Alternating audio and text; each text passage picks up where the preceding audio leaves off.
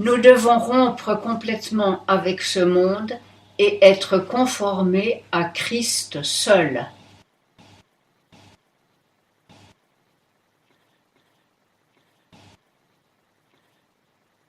Vous voyez, Jésus nous justifie par la foi dans un but précis. C'est de nous rendre hardis et puissants pour résister au diable et vaincre le monde dans la puissance de l'Esprit de Dieu.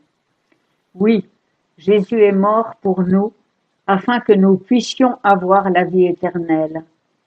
Cela est véritablement merveilleux. Mais il est mort également afin que nous puissions jouir de la délivrance dans et de ce présent du monde mauvais. Jésus-Christ s'est donné lui-même pour nos péchés afin de nous retirer de ce siècle corrompu selon la volonté de Dieu notre Père. Galates 1, 3, 4.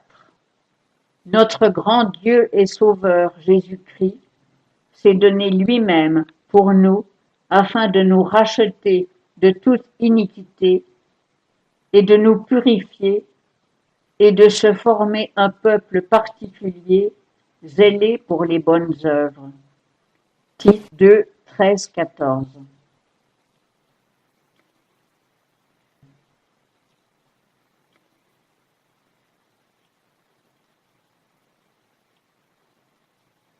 Il y a un problème théologique complexe qui a divisé la chrétienté pendant les siècles.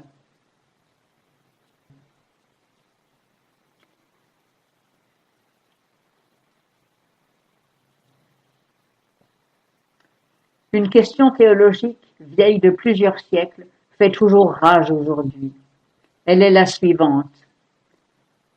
Quelle est la part de Dieu dans notre salut? Et quelle est notre part? Une école de pensée appelée calvinisme dit que Christ a accompli une œuvre complète, de sorte qu'aucune œuvre supplémentaire n'est requise. L'autre camp, appelé arminianisme, dit que nous sommes justifiés afin d'accomplir de bonnes œuvres dans la puissance du Saint-Esprit. L'un des camps cite Galates en affirmant « Paul dit que l'Évangile est par la foi seule, sans les œuvres ». L'autre camp met en avant Jacques, disant « Jacques écrit que la foi sans les œuvres est morte. Nous devons donner la preuve de notre foi dans nos actions. »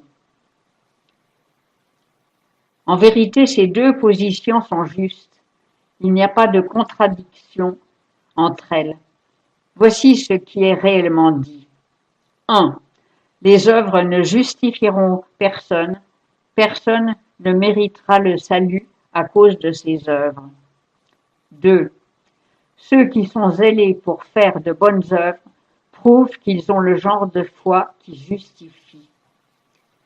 Toutes les deux sont des vérités scripturaires merveilleuses et donnant la vie au sujet de la nature de la foi.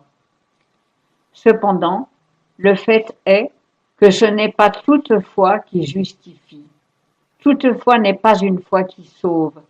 Laissez-moi expliquer.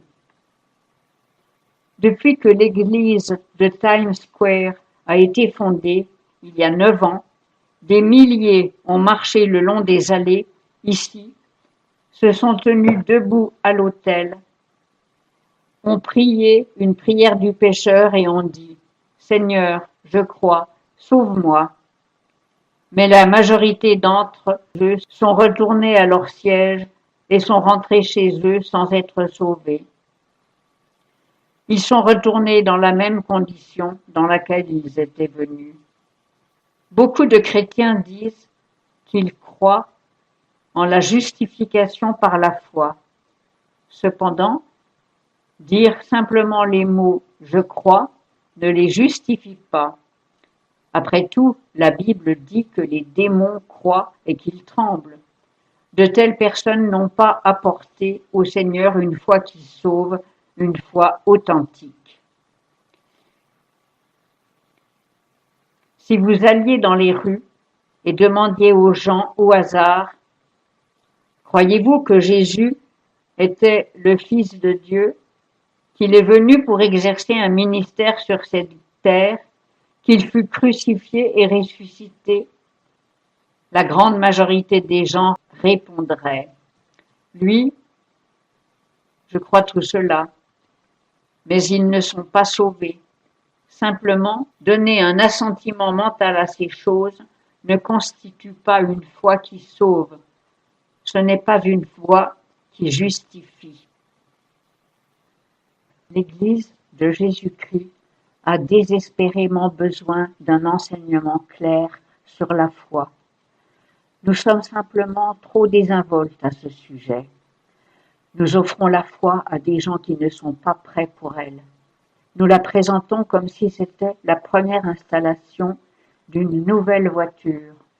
En faisant cela, nous dégradons la foi pour en faire quelque chose qui n'a pas plus de valeur qu'un jouet en plastique dans une confiserie en chocolat ou une boîte de hamburgers.